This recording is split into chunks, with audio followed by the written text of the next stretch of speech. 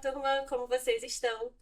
Bom, na nossa primeira oficina, a gente falou um pouco sobre os primeiros passos na pós-graduação e hoje eu queria trazer um assunto que se destacou muito para a gente a partir do diagnóstico que a gente rodou com vocês, que são os receios de vocês.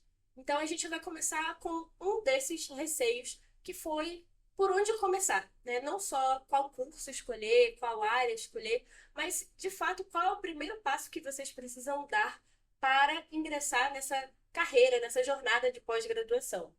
O que eu queria falar para vocês de antemão é que o primeiro passo, por incrível que pareça, não é escolher o curso ou a instituição de vocês. O primeiro passo é vocês se conhecerem melhor. Então, a gente vai começar agora por uma jornada de autoconhecimento. Então, antes da gente olhar para os editais, instituições, a gente vai olhar para si mesmo.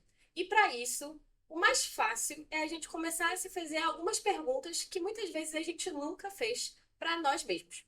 Eu vou sugerir aqui algumas perguntas e eu quero que você, aí da sua casa, da sua faculdade, você pegue um papel, uma caneta, ou enfim, vá tentando responder. Se você quiser também deixar aqui nos comentários do vídeo, a gente vai comentando depois. Então vamos lá. Autoconhecimento como ponto de partida. A primeira pergunta para você é: o que te move? Sabe aquela vontade de pesquisar alguma coisa, saber mais sobre alguma coisa, aquilo que você pode ficar por horas pensando, aquilo que te incomoda? Se pergunta o que te move, né? Não tô falando aqui um papo de coach, assim, o que te move, o que faz você acordar de manhã. Pode até ser isso também, mas não necessariamente. Não tô falando também da cadeira ou da disciplina que você mais gosta no curso. Isso também pode ser um guia ou pode te ajudar de alguma forma, mas principalmente para pesquisa, para ser algo que você vai pesquisar muitas vezes por anos, precisa ser algo que te movimenta, que te inquieta. Você já se perguntou o que te move? Então eu quero que você se pergunte: o que você leria ou pesquisaria sem ser por obrigação? Sem ser porque um professor ou uma professora está mandando você ler, mandando você pesquisar. E por quê? Né? O que faz você se movimentar em direção a isso? Segunda pergunta: o que te incomoda? Às vezes, né, esse tema, essa pesquisa que você vai fazer, não parte daquilo que te movimenta, mas muitas vezes de um problema que você viu. Pode ser na sua cidade, pode ser na sua faculdade, pode ser com você mesmo. E a partir daquele problema, você vai tentar ou buscar uma solução ou entender melhor por que aquele problema acontece. Então, esse também é um ótimo início de pesquisa, início de identificação diária, porque por vezes, por meio daquele problema, você começa a encontrar mais problemas, inclusive. E isso vai te ajudar muito no momento de formular a sua pergunta de pesquisa também. Então, tenta identificar no seu dia a dia alguma coisa que você acha problemático. Bom, você pode também se perguntar, né, qual situação ou qual área da sociedade desperta em você um interesse de conhecer melhor, né? Algo que você viu e você acha que você pode atuar sobre aquilo. Eu vou trazer aqui alguns exemplos que a gente identificou no diagnóstico de vocês. Alguém comentou sobre a relação entre turismo e tecnologia. Podem auxiliar no desenvolvimento do turismo? Ou como a tecnologia pode contribuir de forma mais ativa para a consolidação de um destino turístico hoje? Às vezes a gente vê que pode ser, né? Aí é um ponto de vista, que o turismo ainda não se utiliza bem de ferramentas de inteligência artificial para a promoção do patrimônio histórico-cultural. Pode ser algo que você pode investir nisso, né? Saber melhor se tem outras iniciativas, se você pode contribuir de alguma forma por meio do seu conhecimento. Então, é um caminho que vocês podem seguir a partir de um incômodo seu. Outro exemplo que surgiu no diagnóstico foi o interesse sobre o tema letramento digital. Então, você também pode se perguntar como as políticas públicas de inclusão digital, de letramento digital, estão contribuindo para a formação de estudantes no ensino básico. É também perguntas que você pode fazer a partir dessa inquietação. Terceira pergunta: como você aprende melhor? Pessoal, muitas vezes a gente acha que o processo de aprendizado ele é tradicional, padrão e igual para todo mundo. Não, nem todo mundo vai aprender lendo um livro de 200 páginas, nem todo mundo vai aprender ouvindo um podcast.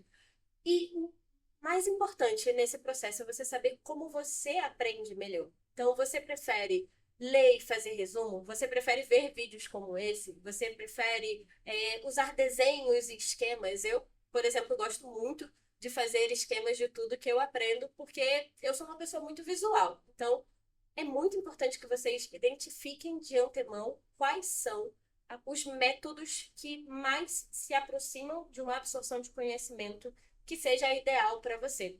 Isso vai ajudar muito no momento de você definir qual formato da pós-graduação você vai querer. Porque algumas pós, né, alguns modelos de pós-graduação vão exigir de vocês que vocês aprendam de uma determinada forma, e tem outros modelos que eles são um pouco mais adaptáveis, né, são um pouco mais livres nisso. Então, isso vai direcionar muito para você escolher uma especialização, ou um mestrado acadêmico, ou um mestrado profissional. Mas é importante que vocês saibam como vocês gostam de estudar. Ok, fez esse autodiagnóstico, respondeu essas perguntas. Agora eu queria propor para você uma atividade prática, certo? A gente queria propor para você um desafio.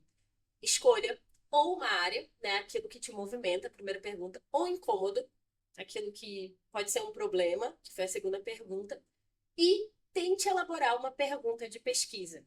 Eu vou tentar dar alguns exemplos aqui para vocês. Por exemplo, eu gosto de trabalhar com a área de educação e inteligência artificial. Então, eu posso me perguntar como a inteligência artificial pode impactar no dia a dia da sala de aula de estudantes do ensino médio. Outro tema que surgiu no diagnóstico foi jogos digitais. Então, eu posso me perguntar como os jogos digitais podem contribuir para o desenvolvimento de habilidades em idosos. É uma pergunta também.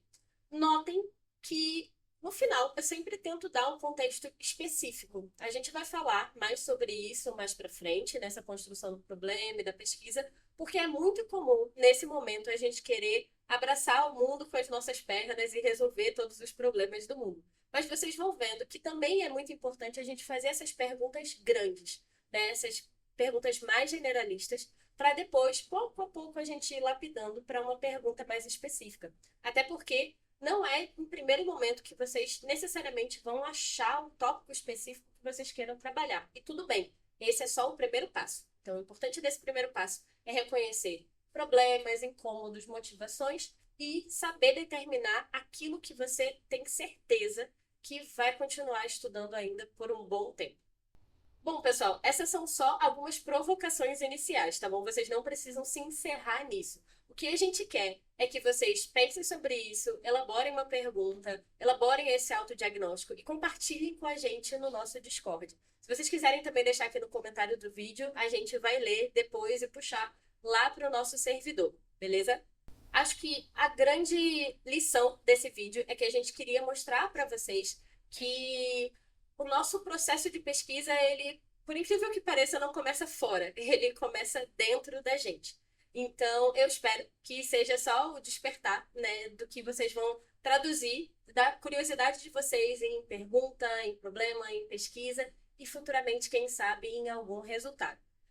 Esse é o final do vídeo. Eu espero que no próximo vídeo a gente traga também mais questões ainda sobre os receios de vocês. Vamos falar um pouco sobre os custos da pós-graduação, começar a trilhar um pouco mais desses caminhos.